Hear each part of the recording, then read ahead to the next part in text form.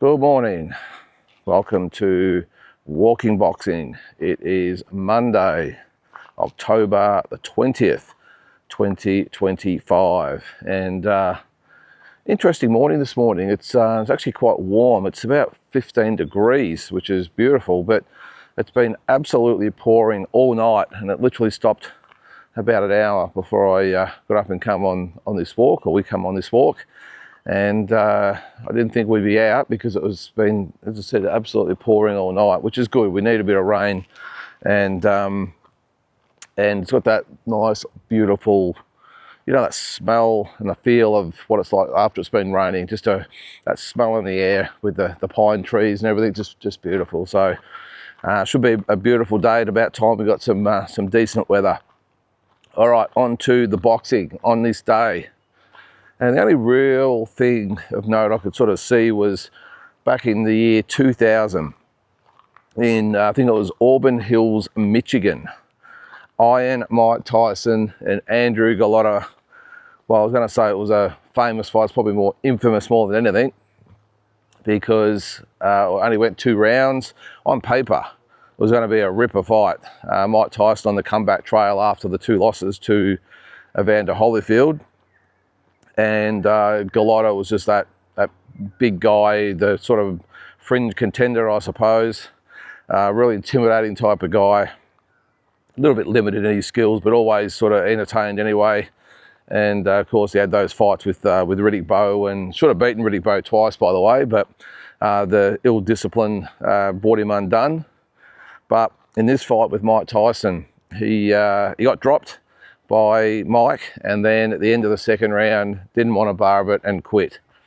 A little bit, I suppose it's a little bit like the Oliver McCall fight with Lennox Lewis, not to that extent where it was about mental health, and he was having pretty much a nervous breakdown in the ring and was obviously having some problems outside the ring as well, and they couldn't get him to continue to fight against Lennox Lewis, and all his cornermen could do is sort of stay or stand in the corner helpless, really, as he walked around the ring and refused to fight. This is a little different, of course, because Andrew Golota just simply had enough after 2 rounds and sat down in his stool. They were trying to pump him up, trying to get him back out there. His cornerman was screaming at him to get his ass back out there and fight.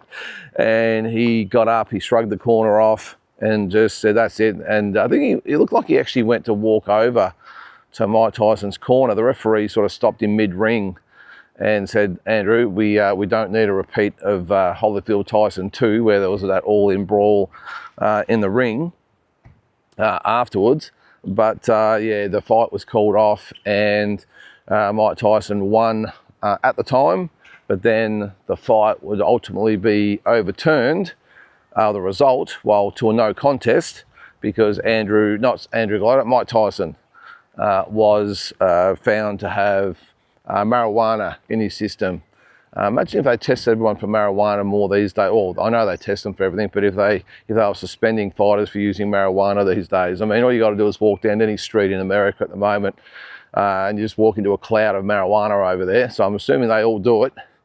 I've never had a problem with it. I've never done it, but I've never had a problem with marijuana. I know, because I always saw it as more of a a relaxing type of drug, we'll call it. But it's just sort of commonplace over there now, and I suppose it's getting more and more like that here. But he was found to be to have marijuana in his system, and the fight was turned into a no contest. So controversy always seemed to follow him, didn't it, Mike Tyson? After this fight, by the way, he would then, I'm pretty sure, had his record. Where was it? So after this one, he actually beat Brian Nielsen. Then we would have the Lennox Lewis fight, where he was knocked out in the 8th round. Then he would beat Clifford Etienne in the 1st round, and then lose his last, I'm going to say his last 3 fights. Last 2, Danny Williams, Kevin McBride. And are we really going to count the Jake Paul fight? I don't think so. I don't think it's even worth looking at that one. Now, Andrew Golota, on the other hand, what happened to him? 2000, the fight was in 2000, so he would end up fighting John Ruiz and Lamont Brewster, lose to those guys. He beat Kevin McBride, and lost his last 3 fights to Ray Austin, Thomas Adamek, in 2009, and last fight in 2013 against some guy, Saleta. I won't try and pronounce his first name, because as usual, I'll butcher it and look a bit silly. So that's what happened on this day back in the year 2000. Now, over the weekend, big weekend for Aussie boxing, we had Desley Robinson and Dylan Biggs with 2 really good wins. Now, Desley Robinson, the card, what was it, in Florida, I think it was, from memory. Yeah, got the job done. Second round stoppage. Really, as soon as the bell sort of sounded, she looked just levels above. What was her name? What was her name, by the way? It was Loretta. Someone, I better look it up so I don't get it wrong. Go to my old mate at Australian Boxing Central. Who did she beat? I was in Texas, actually. And of course, it doesn't bring up the name. Was it Loretta someone? No, can't find it. Oh, there it is. Logan, sorry. Not Loretta. Logan Holler. All one-way traffic. Yeah, it was a pretty disappointing effort from her opponent, but full credit to Desley Robinson. She went out there as a champion and just did what champions do and just blew Holler away. She looked really out of her depth early. I think she'd been on a 3-fight win streak or something like that. But look, we all know the depth as the girls get a little bit heavier, the depth is not great. But having said that, Desley Robinson holds those 2 belts. I thought it was 3, it's actually 2. And she's ready to take on all comers. She got her, I suppose, a mandatory out of the way. And now she's looking at bigger and better fights. They did mention, I can't remember her name, the commentators did mention someone who is apparently pretty good. They're going to be on pretty much the collision course. But no matter what happens, I mean, I just really admire Desley Robinson. She just always turns up, always in very, very good condition. And as I said, as soon as that bell rang yesterday, I was like, I didn't probably expect her to blow her out the way she did, but I thought this is just going to be one-way traffic. You know, jab was on point, really good on her feet, good hand speed, and Holler just looked like she was sort of stuck in the one spot. And just had no idea what to do with someone like Desley, who gave her a bit of movement, a bit of footwork through a few different combinations, and that left hook just sort of snuck in and rocked her, and then like good finishers do, Desley Robinson got in there and got her out of there. So yeah, fantastic effort from Desley Robinson, and good on her. Big fights to come. I'm really hoping she gets those paydays. I think she did win some sort of bonus. I'm not exactly sure what it was. I did see it on social media that she'd won sort of some cash bonus. Must have been for the best stoppage or knockout or whatever it might have been. I've got a little mate coming over here, a dog and a magpie. It's all happening.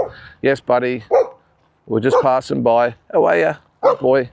Yep, good boy. Okay. Come on, buddy.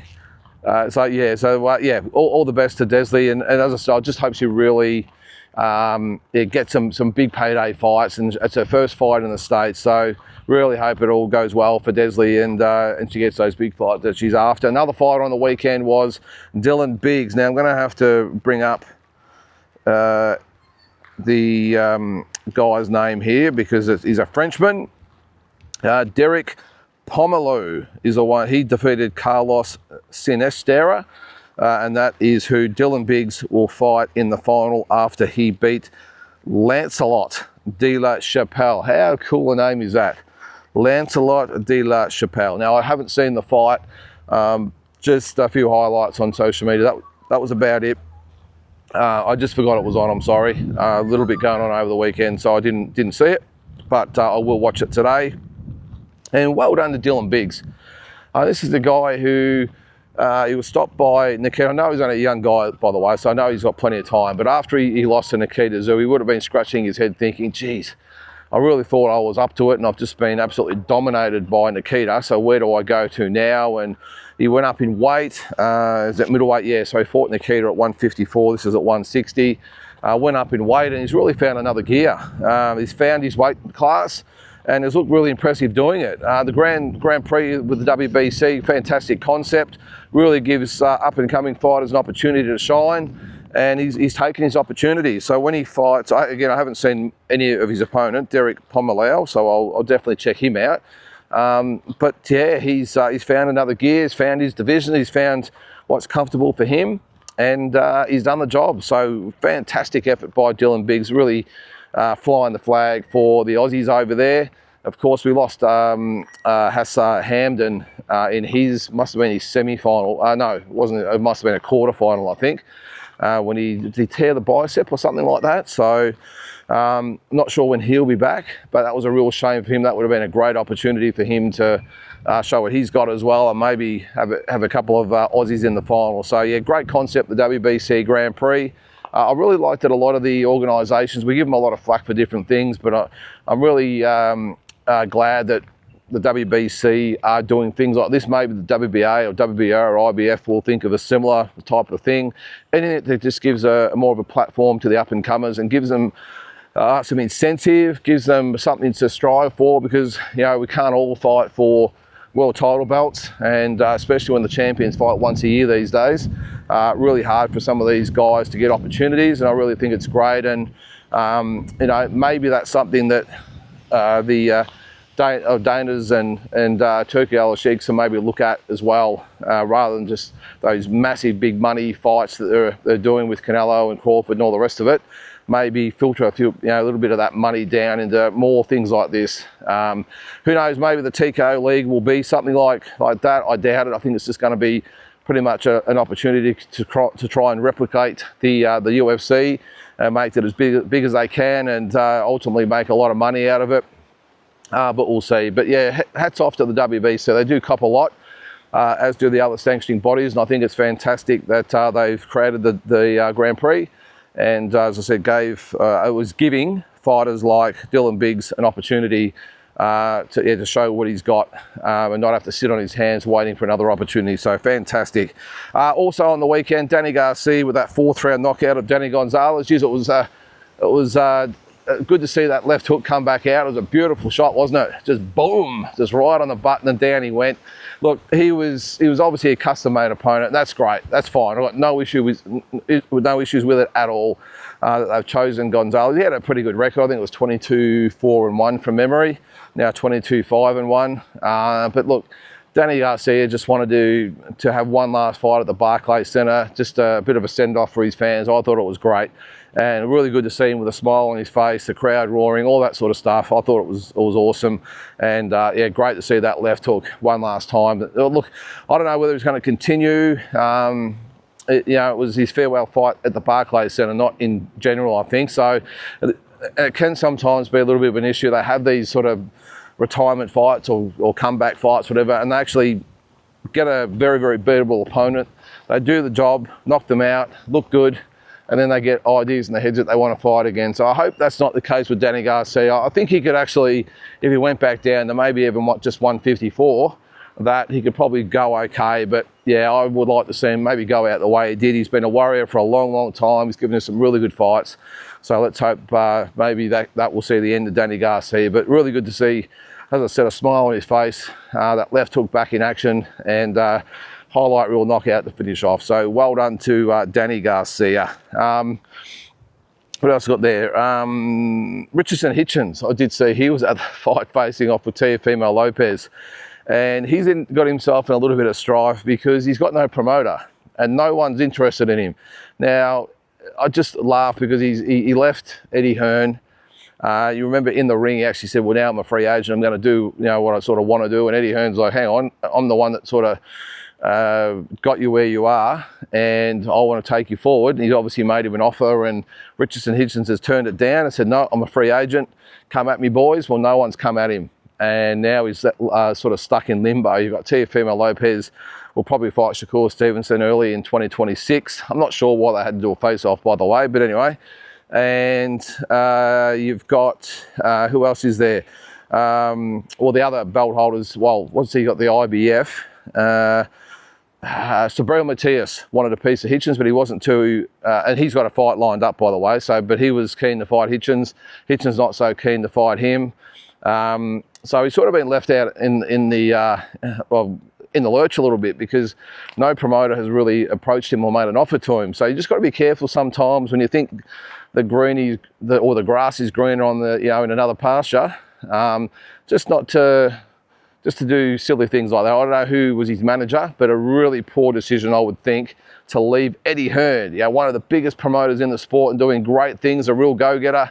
His fighters all get big fights. He always pushes hard for them, gets behind them, and he's decided to leave Eddie Hearn. I wouldn't have thought that would be, well, I was going to say I don't think it'd be something you see every day, someone leaving Matchroom or someone like that, but unless they're actually going to a rival promoter. So he was jumping ship to Golden Boy or PBC or whatever it might be, you might expect it. But just to leave Eddie Hearn or Matchroom with no other promoter ready to go, it's almost career suicide, really, because now he's got to crawl back to Eddie, and by all accounts, Eddie's not interested. So we'll see what happens with Richardson Hitchens. Really talented guy. He's got the IBF belt, of course.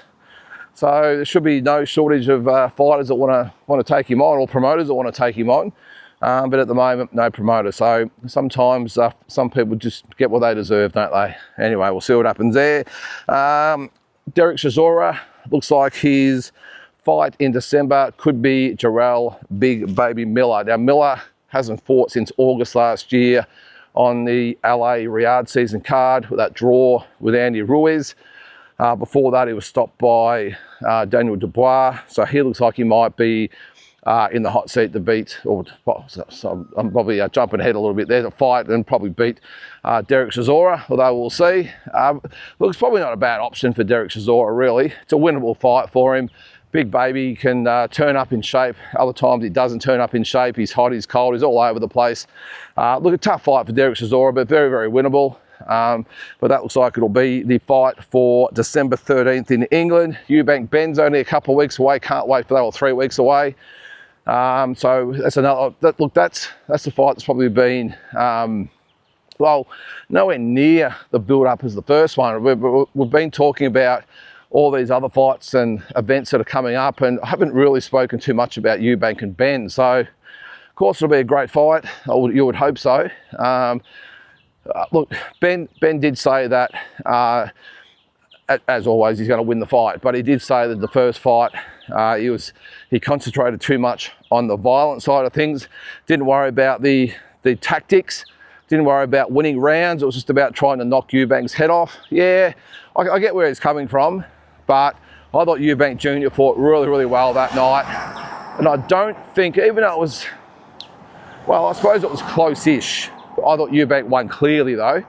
The scorecards were sort of closer from me. I can't remember what they were, but I'm pretty sure they were close-ish. But Eubank, in my mind, won the fight pretty clearly, and I think he does it again. I just don't see how Conor Benn can turn it around. I mean, this is a one-dimensional guy who all he does is just come forward, doesn't really move his head.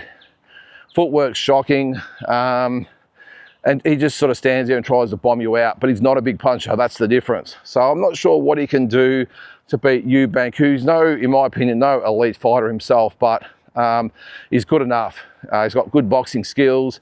I thought he boxed really well last time. He let Ben come to him, counted him all night, fought well on the inside, fought at a good pace as well, which I think really offset Conor Benn. I think the fact that he really made Ben work for 3 minutes of every round and come at him, I thought was really smart. And I just don't think Conor Benn has got the boxing IQ to turn it around. I just think Eubank Jr. wins another points decision. But anyway, that's on the 15th of November. And the last one, I saw Paulie Malignaggi yesterday in that bare knuckle fight.